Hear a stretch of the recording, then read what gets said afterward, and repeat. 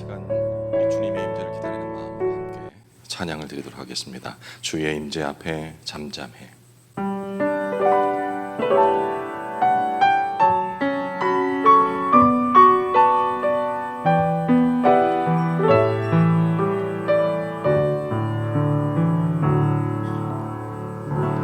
주의 임재 앞에 잠잠해. 주 여기 계시네.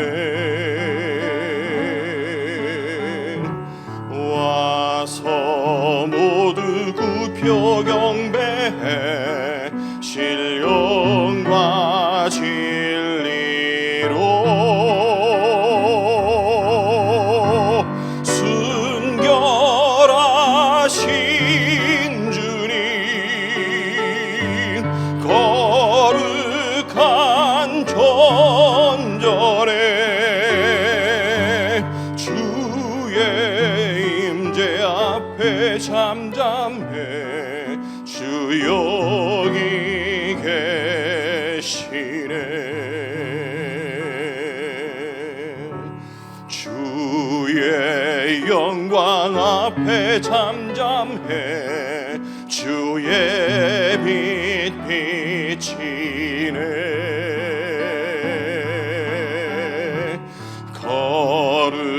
거룩한 불 태우시며 영광의 관 쓰네. 주 영광 찬란해. 빛 되신 우리 왕, 주의 영광 앞에 잠잠해. 주의 빛 비치네. 주의 능력 앞에 잠잠해. 주의 능력 앞에 잠잠해. 주 역사하시네.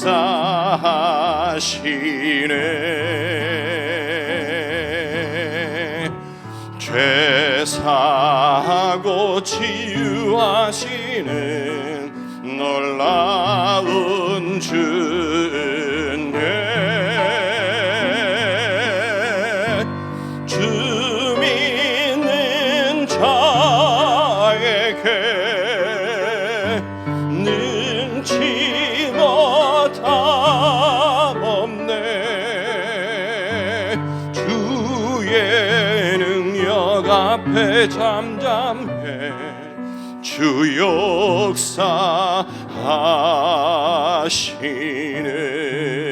역사하시네.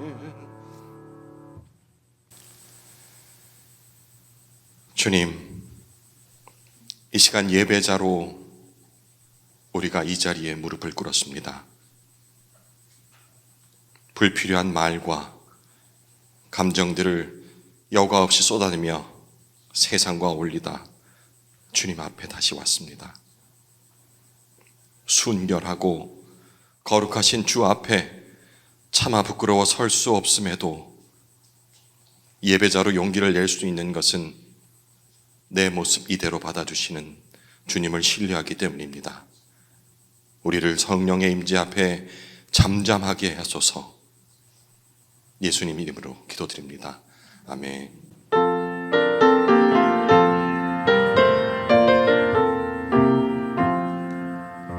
피난처 있으니 환난을 당한 자이리오라. 땅들이 변하고 물결이 일어나 산 위에 넘치되 두렵지 않네. 이방이 떠들고 나라를 모여서 진동하나. 우리 주 목소리 한 번만 바라면 천하의 모든 것 망하겠네. 되신 하나님 우리를 구하니 할렐루야. 괴로움이 심하고 환난이 극하나 피난처 되시는 주 하나님.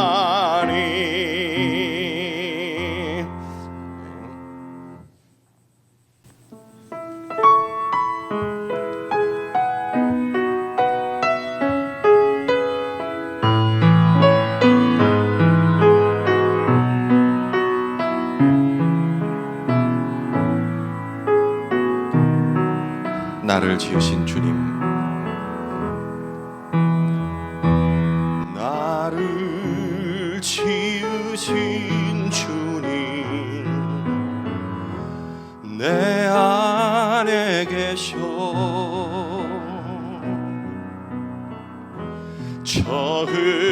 처음부터 내 삶은 그의 손에 있었죠.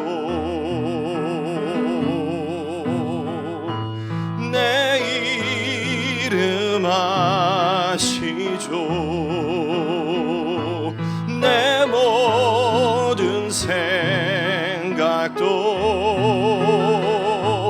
내 흐르는 눈물 그가 닦아주셨죠. 그는 내 아버지, 그는 내 아버지, 난 그의 소유. 내가 어딜 가든지 날 떠나지 않죠. 내 이름 아시죠? 내 이름 아시죠. 내 모든 생각도 아바라 부를 때 그가 들으시죠. 그가 들으시죠. 우리 다시 한번 고백합시다. 나를 지으신 주님, 나를 지으신 주님, 내 안에 계셔. 처음부터 내 삶은, 처음부터 내 삶은 그의 손에 있었죠. 내 이름 아시죠? 내 이름 아시죠. 내 모든 생각도 내 흐르는 눈물 그가 닦으주셨죠. 그는 내 아버지, 난 그의 소유. 그는 내 아버지, 난 그의 소유. 내가 어딜 가든지 날 떠나지 않죠. 내가 어딜 가든지 날 떠나지 않죠. 아멘. 내 이름 아시죠?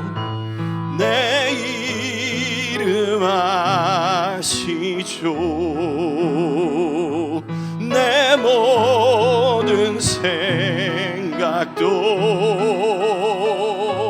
아바라 부를 때 그가 들으시죠. 그가 들으시죠.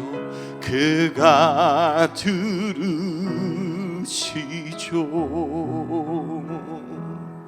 아멘.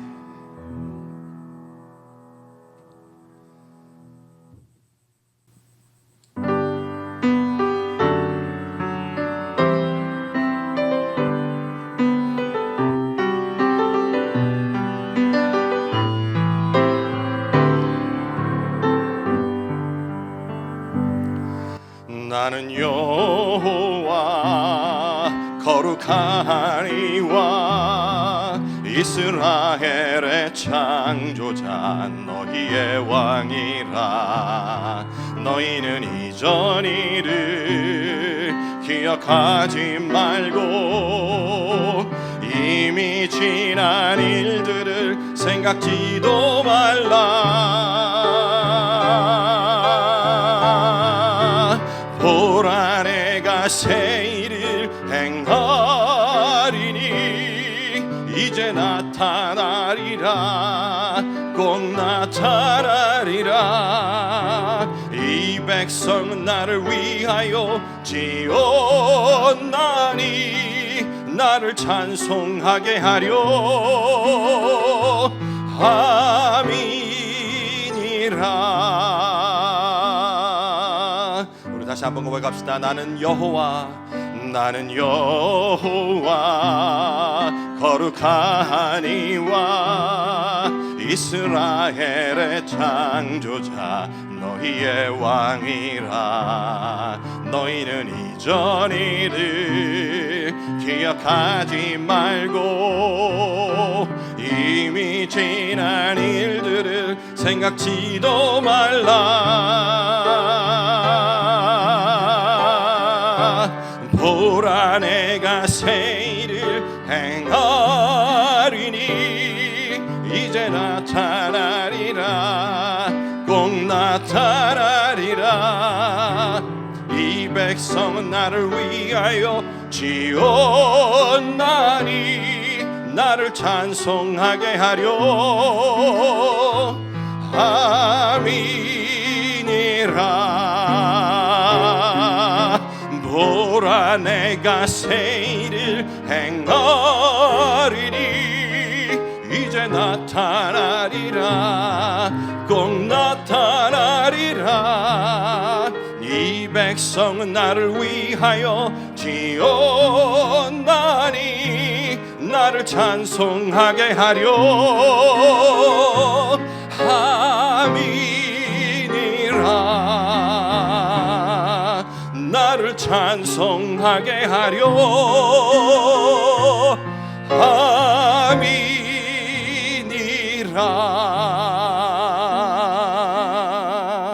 아멘.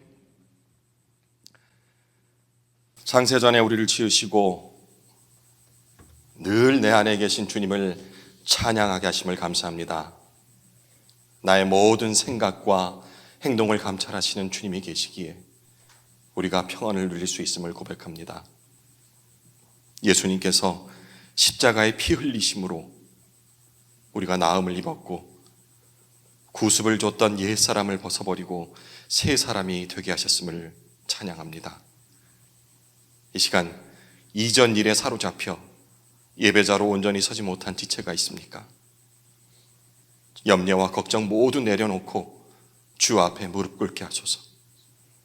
하나님께서 인간을 만드심은 우리로 하여금 찬양하도록 하심이라고 말씀하십니다. 찬양은 곡조 있는 기도입니다. 우리가 전심으로 찬양할 때 성령께서 우리의 기도에 응답하십니다. 한 마음으로 찬양을 올려드렸듯이 우리 합심으로 이 시간 기도하시겠습니다.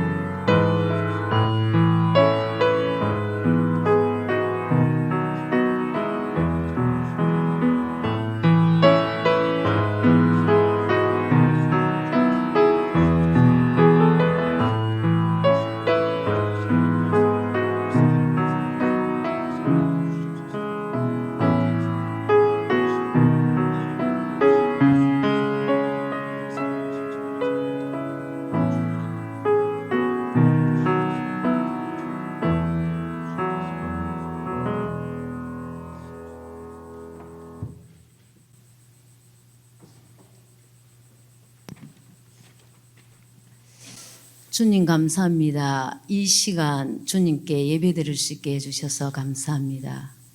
십자가의 도가 멸망하는 자들에게는 미련한 것이요 구원을 받는 우리에게는 하나님의 능력이라. 나는 날마다 죽노라. 사도 바울의 고백처럼 말씀 안에서 나의 사람은 죽고 부활하신 주님이 내 영혼의 주인 되어 주셔서 감사합니다. 죄와 허물로 죽을 수밖에 없는 우리의 영혼을 구원해 주시고 죄와 사망의 법에서 자유케 하신 주님께 영광을 올려드립니다. 주님 안에서 말씀을 이루는 자가 되게 하시고 순종함으로 주님과 동행하는 삶이 되게 하소서. 또한 교회를 위해서 간구합니다. 2024년 말씀과 묵상, 기도회가 함께 지속되어지기를 기도합니다. 심이 있는 교회, 참이 있는 교회, 영이 사는 교회, 무자기의 생활, 무계급 사역, 무기명의 헌신으로 나는 죽고 주님이 주인 되어 통치하시고 다스리는 교회, 이런 공동체가 되기를 간구합니다. 교회의 영성과 정신이 다음 세대까지 뻗어나가기를 소원합니다. 오늘 말씀을 전하시는 목사님께 영육간의 강건함을 허락하시고 정직한 영을 부어주사 담대함으로 말씀을 선포하고 가르치게 하셔서 목사님과 듣는 성도들 모두에게 참 자유와 평안을 누리는 삶을 살게 하여 주옵소서. 감사드리며 예수님의 이름으로 기도드렸습니다. 아멘.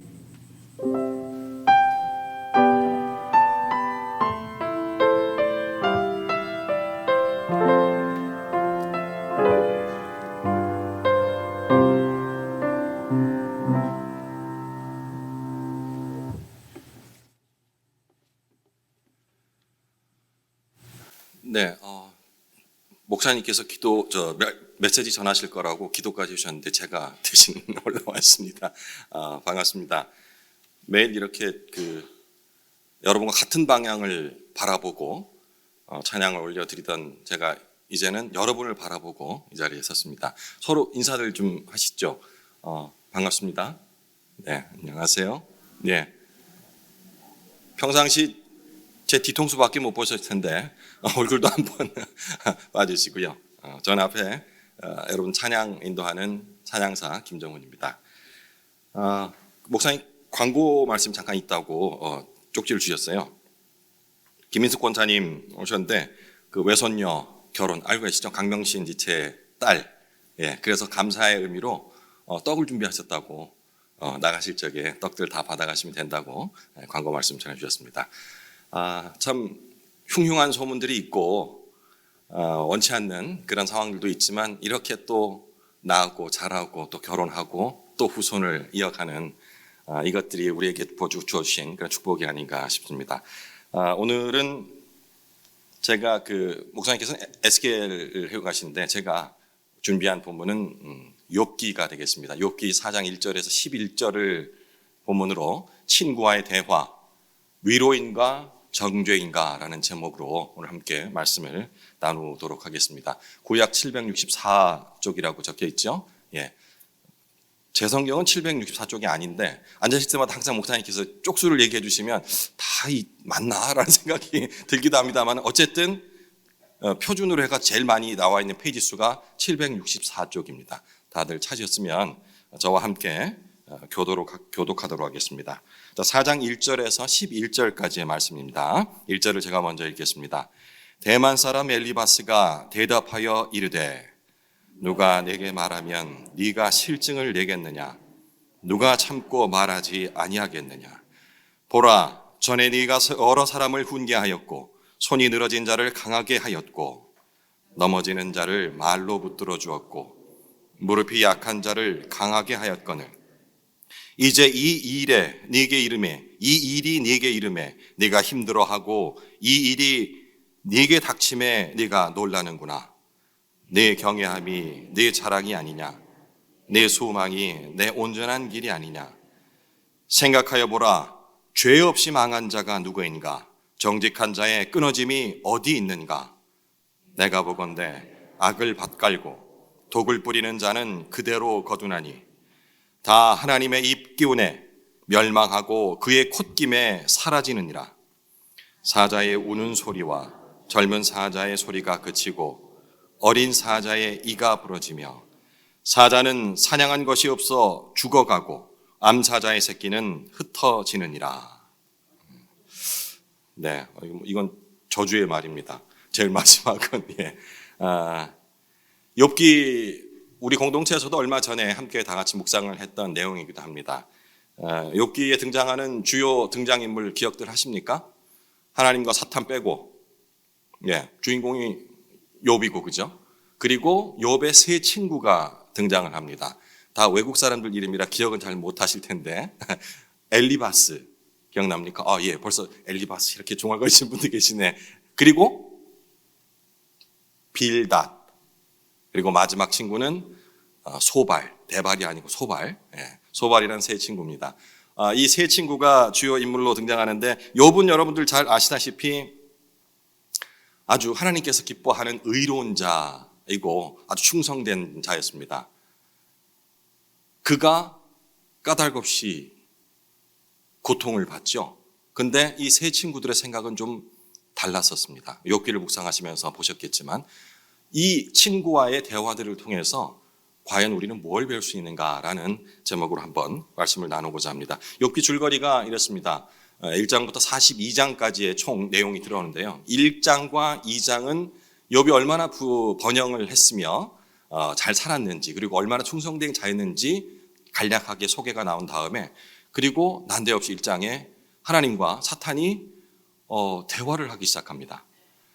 제가 기억으로는 이 주일학교 때 어렸을 적에 전도사님이었을 것 같은데 제목이 아니고 이 두 하나님과 사탄의 대화를 내기를 했다라고 얘기를 했던 기억이 있어요. 그래서 제가 여태까지도 계속 하나님과 사탄이 내기를 해서 하나님 이겼다 뭐 이 정도로 막 피상적으로 알고 있었는데 1장 6절에서 12절 내용을 읽어보니까 성경에는 내기했다라는 얘기가 없더라고요. 이게 뉘앙스가 다르잖아요. 하나님이 사탄과 내기를 했다. 왠지 좀 격떨어지지 않나요? 그리고 사람의 생명을 놓고 그의 복과 화를 놓고서 사탄이랑 내기를 했다?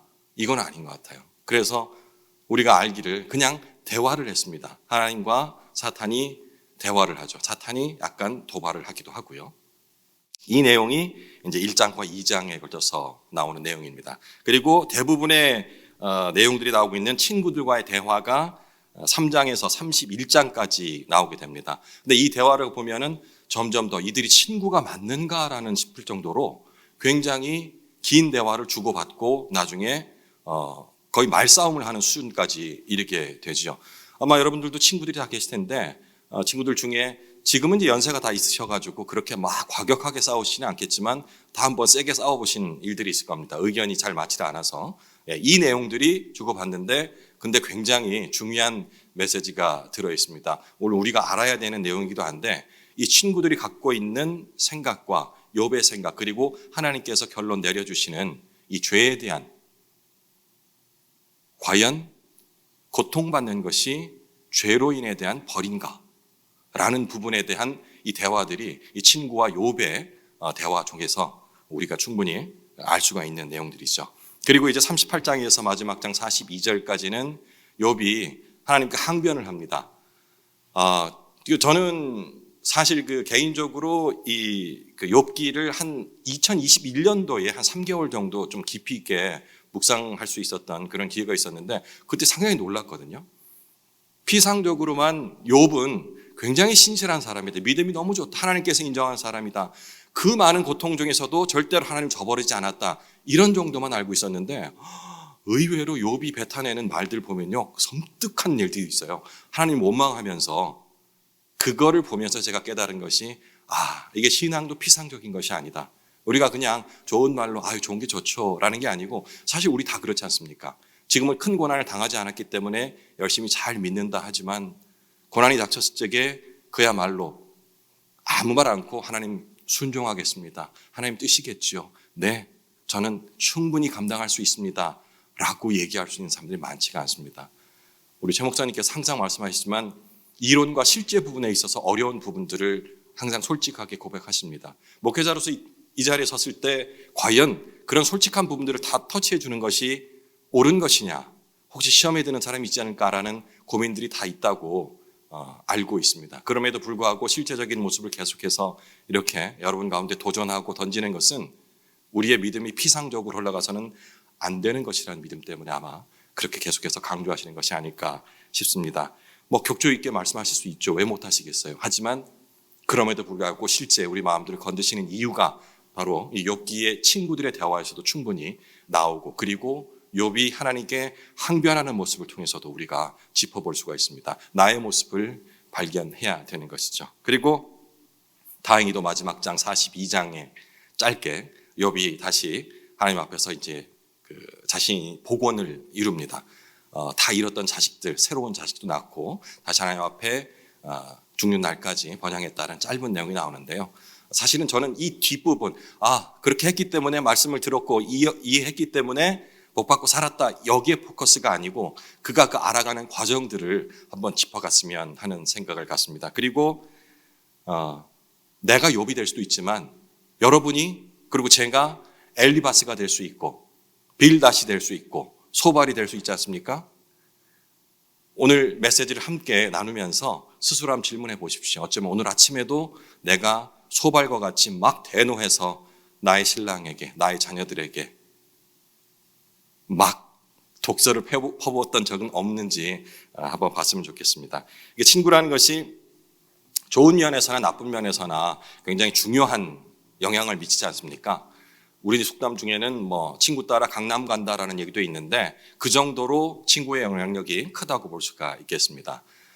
좋은 영향 혹은 파멸에 이르는 그 길까지도 가죠. 이게 친구를 하나님께서 이렇게 도구로 사용을 자주 하시는데요. 이렇게 하나님의 도구로 사용되면 참 감사한데 사탄의 도구로도 사용이 됩니다. 안타깝지만 오늘 이 세 친구는 후자의 경우인 것 같습니다.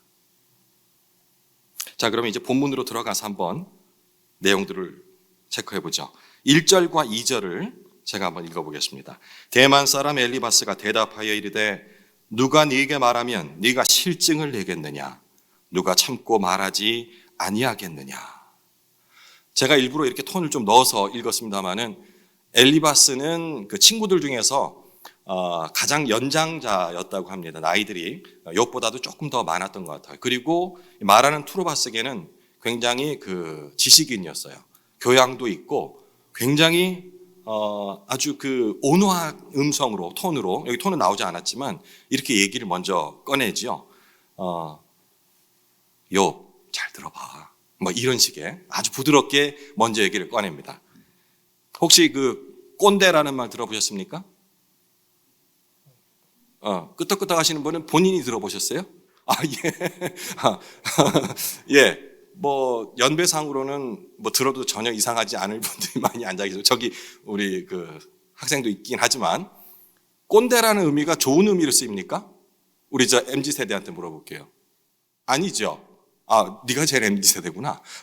나는 항상 이번에 고등학교 가는데 나는 대학 간 걸로 항상 그 정도의 포스가 있어서. 네, 꼰대라는 말은 이렇습니다. 좀 많이 아는 사람, 오래 산 사람이 덜 산 사람들, 많이 알지 못하는 사람들에게 나 때는 말이야, 이렇게 하면 안 되고 이게 더 좋을 거야 라고 얘기를 하는데 그 말하는 사람은 절대 나쁜 의도가 없습니다. 근데 받아들인 사람들이 뭐 저렇게 고리타분 얘기를 하지? 꼰대, 뭐 라떼 이런 얘기 들어보셨죠? 뭐 라떼는 말이야, 뭐 이렇게 하는 거. 근데 어떻습니까? 엘리바스의 지금 이 얘기가 약간 꼰대적인 느낌이 납니까? 이게 자기가 좀 나이 좀 많다고 욥에 대해서 뭐 얘기하는데 그렇게 느낄 수도 있고 아닐 수도 있습니다. 그냥 표현 자체는 굉장히 그 교양 있게 얘기를 했기 때문에. 근데 엘리바스가 이렇게 얘기한 데는 배경이 있습니다. 그 앞장 3장을 보면은 욥이 정말 어마무시한 말들을 내뱉거든요. 묵상하신 분들 기억이 떠오르실 텐데 1절에 이렇게 되어 있습니다. 그 후에 욥이 입을 열어 자기의 생일을 저주하느니라. 생일이라는 건 내가 태어난 날이잖아요. 자기 생일을 저주한대요. 이건 엄마 아빠가 들으면은 정말로 마음 상할 얘기죠. 나 왜 이날 태어나가지고. 3절에 조금 더 진도가 나갑니다. 내가 난 날이 멸망하였더라면, 자기가 태어난 그 날이 아예 없어졌더라면 차라리 나았겠다라는 얘기를 지금 하는 거예요. 11절에 갔더니 더 심해집니다. 어찌하여 내가 태에서 엄마의 뱃속에서 죽어나오지 않아야 했던가. 와, 이렇게 나가다가 이제 3절 끝에 가면 어떻게 될까라는 걱정이 들 정도의 점점 더 수위가 심해지는 말을 내뱉습니다. 이 염려는 현실이 됩니다. 23절에 하나님에게 둘러싸여 길이 아득한 사람에게 어찌하여 빛을 주셨는고. 조금 말이 어렵습니다마는 왜 희망 고문하냐 이겁니다. 빛을 뭐하러 줬냐 나에게. 마치 뭐 될 것처럼 왜 나에게 불을 허락하시고 이렇게 했느냐, 이 고통을 줄 거면은 라는 하나님에 대한 원방들을 하고 있는 겁니다. 이 얘기를 여러분이 만약에 가장 친한 친구 혹은 여러분의 자녀가 이런 원망을 하고 있다면 여러분도 어떻게 하시겠습니까? 맞는 말이야. 나도 네가 안 태어났으면 나올 뻔했어. 이렇게 말할 분들은 아무도 없겠죠. 그래도 그러면 안 돼. 엄마 아빠가 예를 들어 아빠를 원망한다면 아버지 편을 드실 거고, 엄마를 원망한다면 아버지가 어머니 편을 들어주시겠죠. 그런 차원에서 본다면은 엘리바스는 절대 꼰대 짓을 한 건 아닙니다. 고리타분한 얘기로 훈계를 하려고 얘기를 꺼냈던 것이 아니라는 얘기가 되겠죠. 1절과 2절에 엘리바스의 첫 번째 말입니다. 뒤에 잠깐 얘기를 하겠습니다만은 엘리바스가 처음부터 이렇게 말을 꺼냈던 건 아니었습니다. 이 3장이 꼭 있었는데 이 고난을 당했다는 얘기를 듣고서 세 친구들이 와서는 처음부터 말을 꺼냈던 거 아니에요. 진정한 친구는 이렇다고 합니다. 초상집에 가서 혹은 어려움을 겪고 있는 친구에 가서 가자마자 등 두드려 주고, 그래 네 힘듦을 알아, 내가 같이 기도하고 있으니까 힘내, 이런 얘기들 쉽게 꺼내지 않고 진짜 친구는 아무 말 않고 옆에서 그냥 묵묵히 있어주면서 울어주는 친구라고 얘기를 해요. 이 세 친구들도 처음에는 그렇게 시작을 했었거든요. 이 얘기는 조금 뒤에 들어도록 하고요. 자, 이제 3절과 4절로 한번 넘어가 보겠습니다. 3절. 보라, 전에 네가 여러 사람을 훈계하였고 손이 늘어진 자를 강하게 하였고 넘어지는 자를 말로 붙들어 주었고 무릎이 약한 자를 강하게 하였거늘. 제가 1997년부터 해서 2008년까지 방송국 PD로 일을 했었습니다. PD로 처음에 입사하면 방송에서 이런 걸 가르쳐줘요.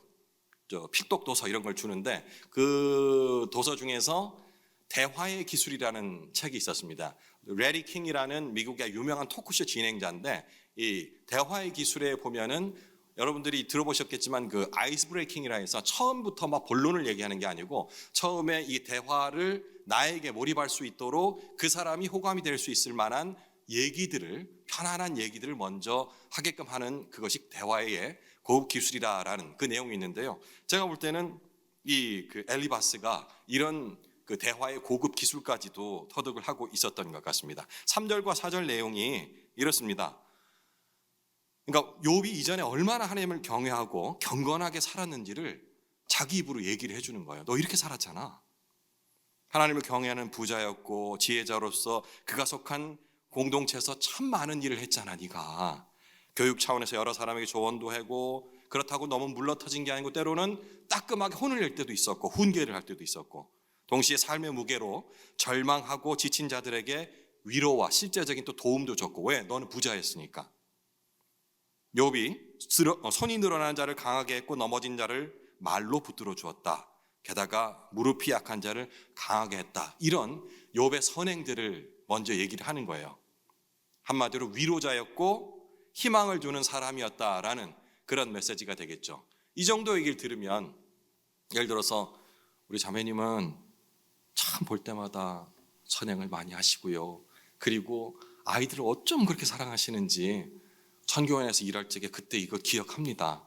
그 남의 아이들 다 데려다가 먹이고 입히고 제가 이 정도로 얘기 꺼내면 일단 저한테 마음은 열겠죠.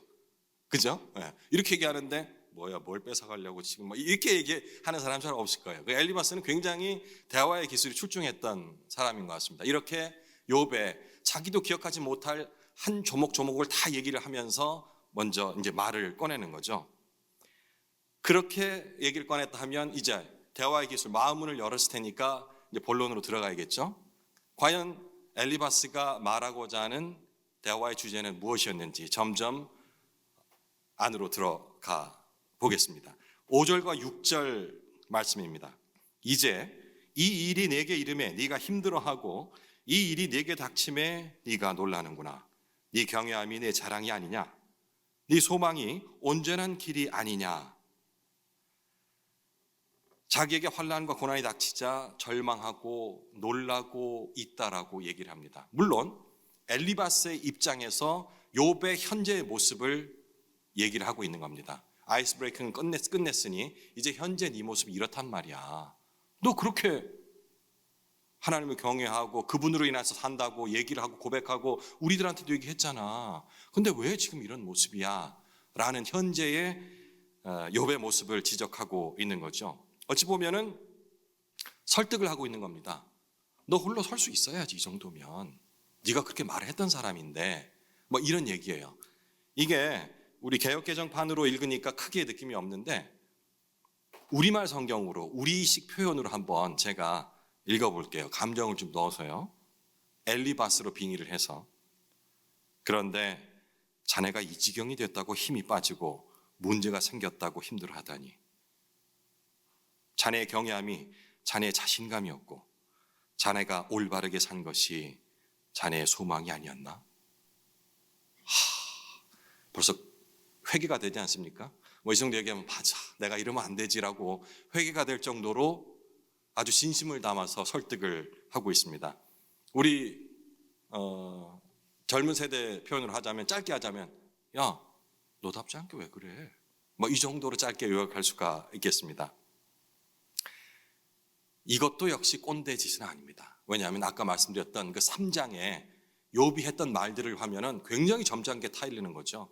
내가 어쩔 수 없이 너와 함께 7일 동안 7일 밤낮을 아무 말도 안 하고 욥 곁에 친구들이 3명이 앉아 있었어요. 그러다가 정말로 내가 입을 연 것은 자네가 한 그 3장의 그 고백 때문이야. 그러면 안 돼. 라고 굉장히 설득력 있게 얘기를 하고 있는 거죠. 자, 여기까지 해서 아까 제목이 뭐였죠? 친구와의 대화. 위로인가 정죄인가 이랬습니다. 위로 같습니까? 정죄 같습니까? 정죄 같다고요? 위로 같죠, 그죠? 그리고 아까 얘기했잖아요. 3장에 욥이 했던 말들을 생각해 보시면 이건 한 차례 때려줘야 돼요. 정신을 못 차리고 어디 하나님한테 태어난 날을 저주하고 그날이 멸망하였고 엄마 뱃속에서 죽어서 나오는 게 차라리 날 뻔했습니다. 이렇게 얘기를 어디서 하나님 앞에 말이야. 이렇게 해도 아무도 뭐라 할 사람이 없을 거예요. 그런데 엘리바스는 이렇게 설득을 하고 있는 것처럼 느껴집니다. 7절 볼게요. 7절 들어가면서 점점 더 자기가 얘기하고 싶은 본론이 나옵니다. 생각하여 보라. 죄 없이 망한 자가 누구인가? 정직한 자의 끊어짐이 어디 있는가? 이게 뭔 얘기입니까? 야, 죄 없이 고난당한 사람이 있겠어? 그런 건 없어. 라는 말을 지금 굉장히 격조 있게 하는 겁니다. 생각하여 보라. 죄 없이 망한 자가 누구인가? 그런 사람이 어디 있어? 정직한 자의 끊어짐이 어디 있는가? 정직하게 사는 사람이 벌 받을 리가 없잖아. 라고 점점 힘을 주어 얘기를 하는 겁니다. 이런 거를 신학적 용어로 행위화복이라고 얘기합니다. 자신의 행위에 따라서 화와 복이 따라온다는 거죠. 불교에서는 인과응보라는 얘기도 합니다. 물론 요즘은 종교를 넘어서 그냥 이 여러 단어들을 섞어 쓰기도 하지만 조금 개념은 다릅니다. 인과응보와 행위화복과는 좀 다릅니다. 그리고 우리가 늘상 아는 우화, 동화에서 나오는 것은 권선징악. 선은 흥하고 그리고 악은 벌을 받는다라는 뜻인데 그런 차원으로 일하시면 되겠습니다. 행위 화복적인 그런 세계관, 지금도 역시 마찬가지입니다만은 그 당시만 하더라도 전 종교를 떠나서 모두가 행위 화복적인 그런 생각들을 갖고 있어요. 그리고 그 당시 신앙인들도 마찬가지였고 이 사람도 굉장히 신실한 사람들이었는데 엘리바스도 죄 없이 벌을 받을 리가 없다라는 자기의 생각들을 얘기를 하는 거죠. 그 근거가 뭐겠습니까? 만약에 죄 없는 자가 벌을 받는다. 여러분께 질문을 해볼게요. 아무 잘못한 게 없는데 자꾸 고난이 와. 벌을 받아. 그리고 주위 사람들이 너 뭔가 잘못한 거 있구나 라고 얘기한다면 어떤 마음이 들 것 같아요? 그죠? 그러니 그럴 리가 없다는 거예요. 그런 억울함을 하나님께서 만드실 리가 없다라는 생각 어떻습니까? 동의하십니까? 동의해야 되나 말아야 되나? 말은 맞는데 그죠? 애매하게 벌 받는 사람, 고난당한 사람이 없어야 하잖아요. 공의로우신 하나님이라면서요. 그러니 그럴 리가 없다는 거예요. 욥이 네가 그렇게 정직하고 의롭다라고 물론 나도 그렇게 봤었지만 하나님이 그런 분이 아니야. 죄 없이 고난을 당할 리가 없어. 그 얘기는 네가 받는 고난은 죄 때문이라는 거야 라는 생각, 굉장히 합리적인 추론 아닙니까? 여기에 또 모순이 있습니다. 그러면 만약에요 엘리바스가 욥의 입장과 바뀌었다 한다면 엘리바스는 굉장히 억울해하겠죠. 왜? 자기가 지은 죄가 없는데. 아닌가요? 막 죄를 생각해내려고 할까요? 내가 벌을 받는 건 문제 죄가 있을 거야 하고 없는 죄까지 막 들어가지고 제가 지나가다가 뭘 했는데 선행한다고 베풀어 줬는데 사실은 저 자매를 힘들게 했던 거예요. 막 이렇게 없는 죄까지 고백을 하면서 그러지 않을 겁니다. 본인도 억울할 수가 있는 거예요. 모순이죠. 그 이면에 깔린 부분들을 그 모순을 자신은 인지하지 못했던 겁니다. 남의 얘기로만 엘리바스는 자기가 아닌 욥의 이야기로만 봤기 때문에 죄 때문에 애매하게 벌 받는 사람은 없다. 무조건 고난은 죄에 대한 대가이다. 벌로서 이 배경을 깔고 있는 겁니다. 자, 성경에서는 항상 어떤 내용들, 상황들 설명할 적에 비유를 많이 듭니다. 엘리바스도 비유를 들어요. 8절과 9절입니다. 내가 보건대 악을 밭갈고 독을 뿌리는 자는 그대로 거두나니 다 하나님의 입기운에 멸망하고 그의 콧김에 사라지느니라. 이 행위화복의 관계를 파종과 수확의 비유로 얘기를 하고 있죠. 왜냐하면 너무나 쉬워요. 심은 대로 거둔다라는 부분들은 내가 농부가 아니더라도 모두가 알고 있는 자연의 법칙이기 때문에 아무것도 뿌리지도 않았는데 그냥 난다? 이런 건 세상에 없다라는 그런 배경을 두고서 비유를 드는 겁니다. 거기다가 또 하나 하죠. 아주 지식인답게 내가 보건대 이렇게 시작합니다. 내가 보건대라는 것은 남들이 그러는 데가 아니고 내가 봤다는 거예요. 경험해봤다는 거예요. 뿌리지 않은 데서, 심지 않은 데서 나는 것은 없다라는 부분들을 확신을 주려고 앞에 내가 보건대라는 수식어구를 넣어놓은 겁니다. 자, 아까 제가 우리말 성경으로 잠깐 읽어드렸죠. 감정을 넣어서 한번 다시 읽어볼게요. 여기도 8절과 9절을. 내가 본 바로는 죄악을 경작하는 사람, 고난의 씨를 뿌리는 사람은 그대로 거두더군. 하나님의 입김에 그들은 망하고 그분의 콧김에 끝장나는 것일세. 제가 의역한 게 아니고 우리말 성경에 이렇게 적혀 있습니다. 느낌이 어떻습니까?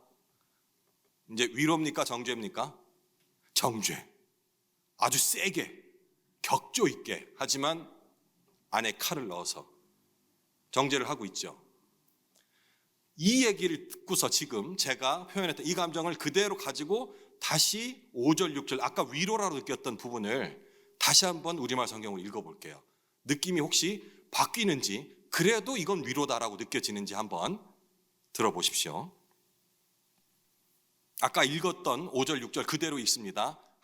대신 다른 톤으로 읽겠습니다. 그런데 자네가 이 지경이 됐다고 힘이 빠지고 문제가 생겼다고 힘들어하다니 자네의 경외함이 자신감이었고 자네가 올바르게 산 것이 자네의 소망 아니었나? 똑같은 구절이에요. 위로로 느껴집니까? 비꼬고 있죠. 예, 이렇습니다. 뒷절을 읽고서 앞절을 다시 읽었더니 단지 대화의 기술로서 서서히 농도를 짙어갈 뿐 이미 엘리바스는 욥을 죄인이라고 생각을 하고서 말을 꺼낸 거였어요. 단지 고상하게, 부드럽게, 격조 있게. 이때 자기 생각들 하셔야 됩니다. 나는 그렇게 얘기한 적이 없는지. 많이 배운 사람일수록 아주 격조 있게 사람을 입술로 죽입니다. 이런 부분들. 막 거칠은 말은 배타내지는 않지만 그 말 속에 뼈가 있고 칼이 들어 있습니다. 이렇게 8절 9절을 얘기합니다. 한 5, 6년 전쯤에 예화입니다. 예. 7제 제 경우 저와 아주 절친이었던 친구 목사가 있습니다. 뭐 여기 뒤에 앉아 계신 우리 전사님은 누군지 얘기를 안 해도 알 텐데 스라의 자녀가 5남매. 금술이 좋았어. 아유, 권사님 입을 떡 벌리시고 그렇게 많이 나서 어떻게 키우려고 하는 표현 생각했는데 사실 목회자로 되는 분들은 생육하고 번성하라는 하나님의 명령을 지켜야 되는 부담감들이 좀 있습니다. 왜냐하면 요즘 애들 잘 안 날라거든요. 네. 그런 것도 있었고 사랑하기 때문에 독수리 5형제, 네. 아들, 딸, 아들. 이게 독수리 5형제 구성이죠. 똑같이 그렇게 돼 있습니다. 아들 셋을 낳고, 그러니까 딸을 많이 낳아서 낳은 것도 아니에요. 그리고서 딸을 낳고, 그리고 또 아들을 또 하나 낳아서 5남매. 다 크고 있었는데, 한 6년, 이제 올해가 바뀌었으니까 6년 정도 된 거 같네요. 그 사모가, 그 아내가 2년에 한 번씩 받던 정기검진을 받다가 위암 판정을 받았어요. 그것도 말기. 믿어지지도 않았죠. 6개월 정도를 투병을 하다가 고신대학교 입원을 해서 그러다가 정말 그 제 느낌으로는 너무 허망하게 갔어요. 마지막 가는 날 전날 가서 이제 했는데 힘들어하는 건 거의 해골처럼 못 먹어서 너무 힘들어하더라고요. 그 사모를 먼저 보내고 이제 지금도 아직 힘들어하긴 하는데 그 친구가 주위에 들리는 말들이 참 어떻게 저런 말을 하지라는 말들을 제가 들었거든요. 이러더라고요. 물론 그 앞에서는 얘기하지 않는데 뒤에서 뒷담화라고 그러죠.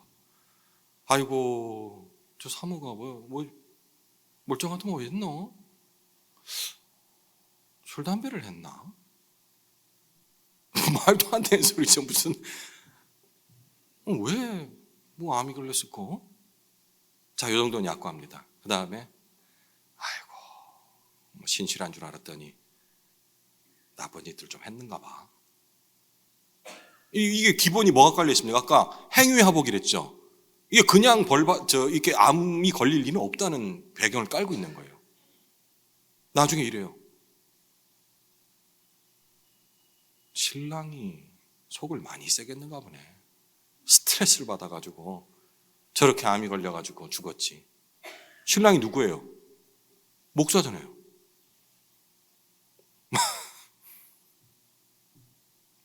점점 더 수위가 높아지는 말들을 1년 새에 들었던 거예요. 제가 편을 든다고 뭐 그런 말 하냐고 그러면 아니 몰라 사람 일은 뭐 목사라고 다 착한가? 뒤에서 뭔 짓 하고 다니는지 알게 뭐야? 이런 얘기들을 하는 거예요. 이 배경이 뭡니까? 행위화복이에요. 하나님께서 그냥 걸릴 일 없다. 그냥 벌어주실 리가 없다. 뭐 정신 차라는 얘기지. 경고하는 거지. 안 그러면 5남매 아직 그 고등학교 못 간 상태였었거든요. 이런 아이들을 피덩이 아이들을 두고 하나님이 그 사모를 데려갈 리가 없지. 뭔가 그럴듯한 말이긴 하죠.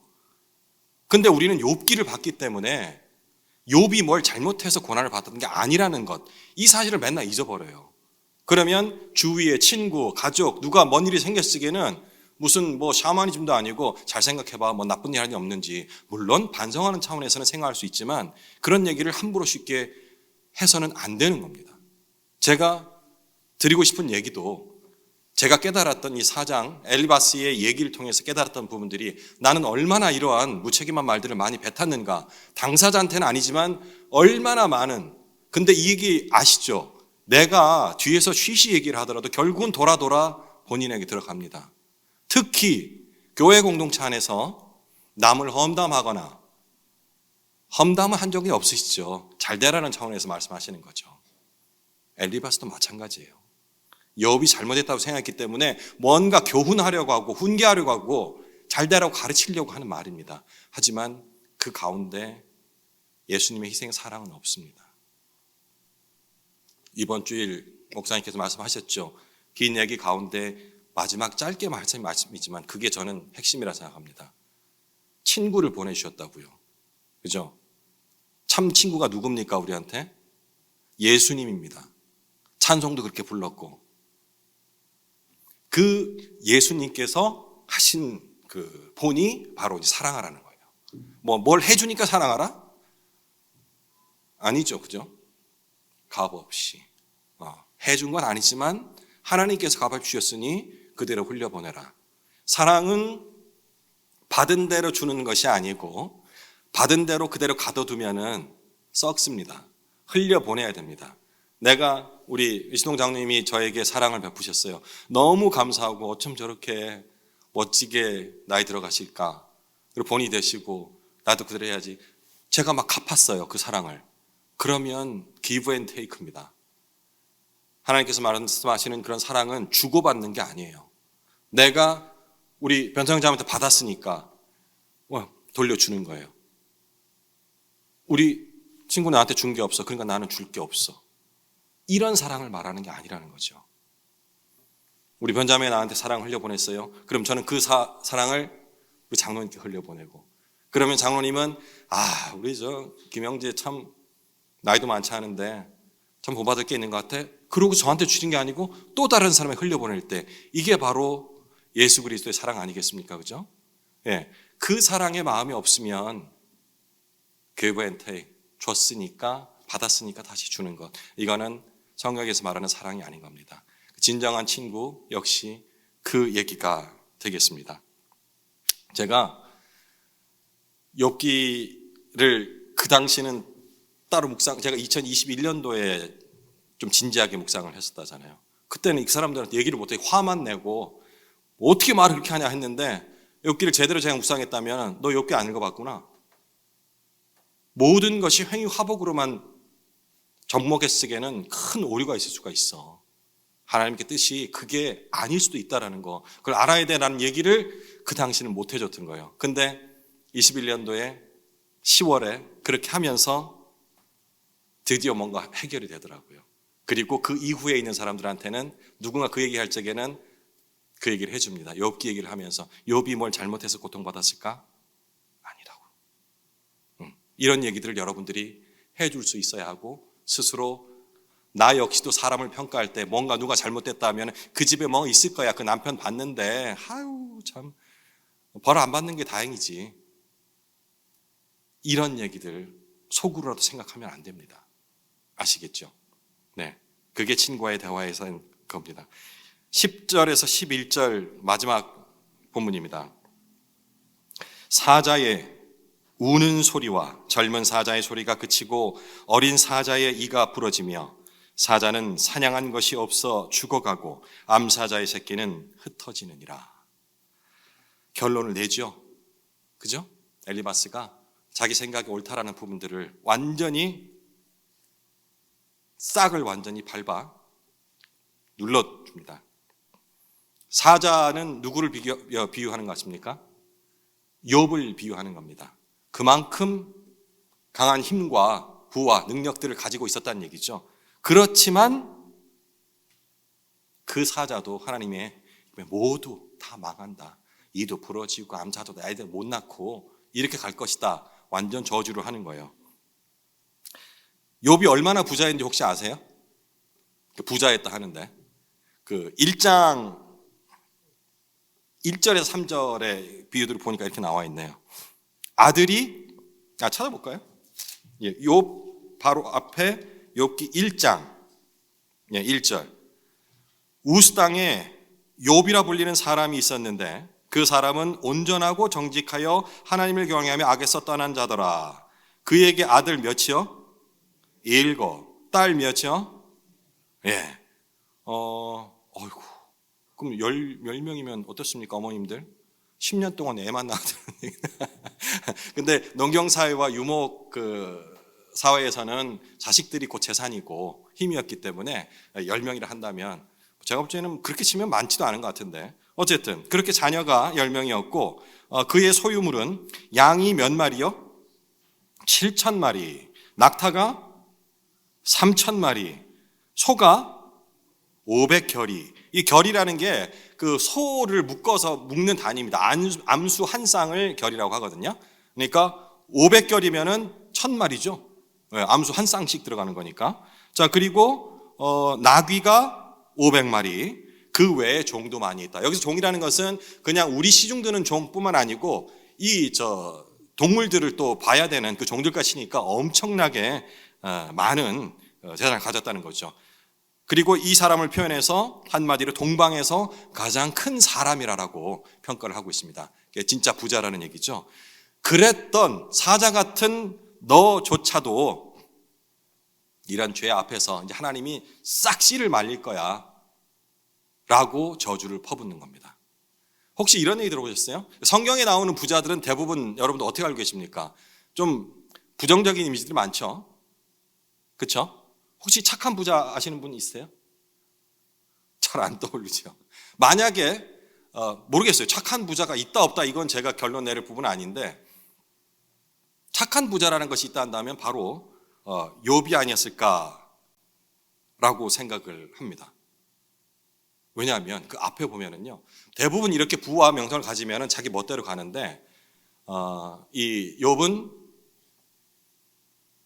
주위 사람들을 위해서 종들을 위해서도 잔치도 베풀기도 하고 멀리 있는 친척도 불러가지고 잔치를 또 베풉니다. 잔치하니까 흥청망청 놀 것 같은데 많이 나누는 그런 잔치였어요. 그리고 매일 아침마다 번제를 드려요. 혹시 내가 알게 모르게 혹은 나의 가족이 나의 자녀들이 하나님께 죄를 범한 건 없을까라는 것까지 떠오르지 않는 내용까지도 놓고서 번제로 매일 아침 제사를 드렸던 그 정도로 신실했던 사람이라는 겁니다. 근데 엘리바스의 입장에서 봐서는 아니라는 거죠. 그렇게 행동적으로는 잘했을지 모르지만 분명히 너는 네가 모르는 죄가 있을 거야. 그 죄 때문에 벌 받는 거야 라는 얘기가 되겠습니다. 처음에 시작은 어땠습니까? 자식이 가진 신앙을 바탕으로서 아주 권면 비슷하게 시작했지만 아주 깊은 뿌리 깊은 편견으로서 그 친구의 실 내면을 보지를 못했던 거죠.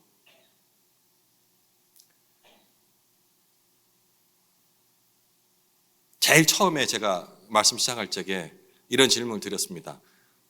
고난은 죄에 대한 벌입니까? 라고 먼저 질문을 하고 시작을 했었죠.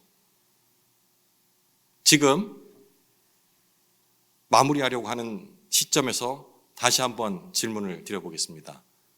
고난은 무조건적으로 죄에 대한 벌이다. 답은 안 하셔도 됩니다. 마음속으로 생각하십시오. 한 가지 더 질문을 드립니다. 나는 엘리바스와 같이 가족이나 지체에게 위로를 표방한 정죄를 한 적은 없습니까? 다시 한번 질문 드립니다. 나는 엘리바스와 같이 가족이나 지체에게 위로를 표방한 정죄를 한 적은 없습니까? 역시 이 질문에 대한 답도 여러분들 스스로 한번 이 아침 열어보시면 되겠습니다. 끝으로 제가 2021년 10월에 욥기를 시작을 했는데요. 10월 11일 제가 작성했던 큐티 내용을 여러분께 읽어드리고 말씀을 맺겠습니다. 욥은 제가 생각하듯 맘씨 좋고 부유하고 여유 있고 부드럽기만 한 사람이 아니었습니다.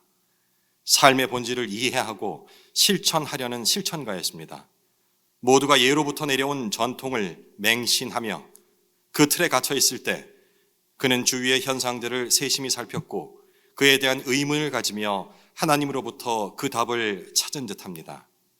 그랬기 때문에 친구들이 확신에 차 독설로 내뱉는 악인의 멸망에 대한 권선징악적 해석에 즉각적으로 반박할 수 있었습니다. 그런데 이런 사실은 현재를 살고 있는 우리도 이미 알고 있습니다. 다만 언급하지 않을 뿐입니다. 세상에는 무수히 많은 악인이 당대에 심판받지 않고 무탈하게 자기 생을 살다 가기도 하고 혹은 그의 자녀까지 그 안락이 이어지기도 합니다. 반대로 복음을 듣고 말씀대로 평생을 살았지만 이 생에서 고난이 끊이지 않는 삶을 살다 가는 사람들도 목격하게 됩니다. 이런 현상을 권선징악적 해석으로만 이해하려면 선한 삶을 살았지만 죽을 때까지 고난이 끊이지 않았던 사람은 사실은 우리 모르게 나쁜 짓을 했던 악인이어야 합니다.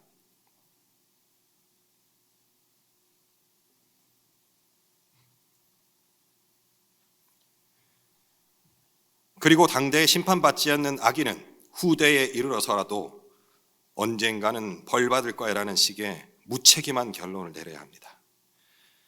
욥은 사실을 직시하고 그 해답을 하나님께서 찾습니다. 악인이 형통하는 것처럼 보이는 것도 하나님의 뜻이요, 의인이 고난을 받음도 하나님의 의지라는 것입니다. 다만 피조물인 우리는 그렇게 하신 하나님의 뜻을 알고자 하는 것이 마땅한 자세일 뿐 스스로 하나님의 뜻을 예단해서 함부로 정의하고 정죄하는 교만을 조심해야 함을 배웁니다. 그렇지 않으면 스스로 모순에 빠져 결국 하나님을 의심하게 됩니다. 기도하시겠습니다.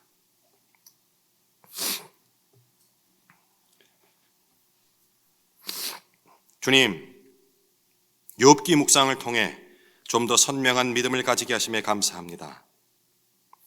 인생이 다 그런 거야 라는 말에 익숙해진 저희에게 주시는 경종으로 받겠습니다. 성령의 인도함 없이는 아무리 유익한 비판이라도 듣는 사람의 영혼이 상처 입을 수 있다는 이 사실을 잊지 않게 하시며, 함부로 남을 정죄하는 습관은 나의 영혼이 이미 사탄의 놀이개가 되어 있을 수도 있다는 것에 대한 반증임을 두려운 마음으로 깨닫게 하소서. 예수님 이름으로 기도합니다. 아멘.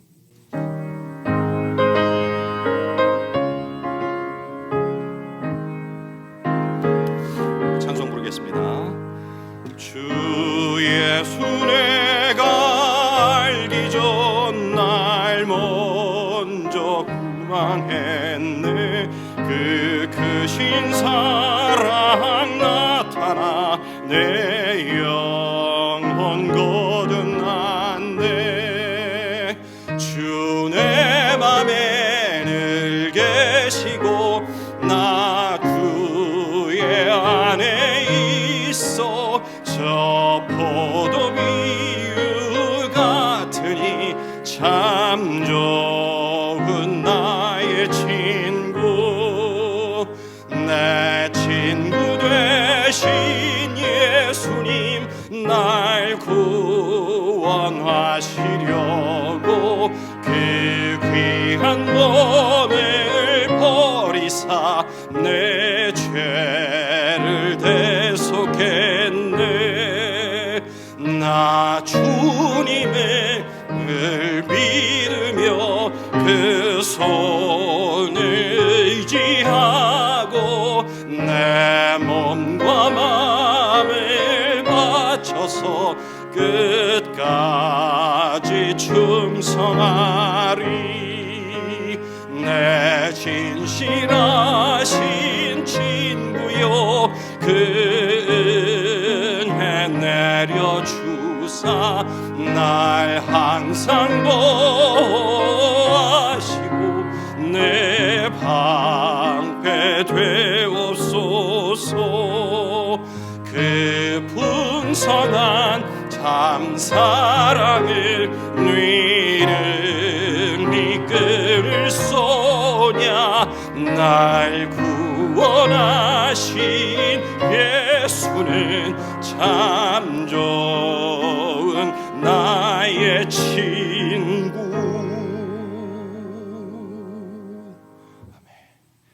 우리 주님과 신 주기도로 오늘 예배 마치도록 하겠습니다. 하늘에 계신 우리 아버지여, 이름이 거룩히 여김을 받으시오며 나라가 임하옵시며 뜻이 하늘에서 이루어진 것 같이 땅에서도 이루어지이다.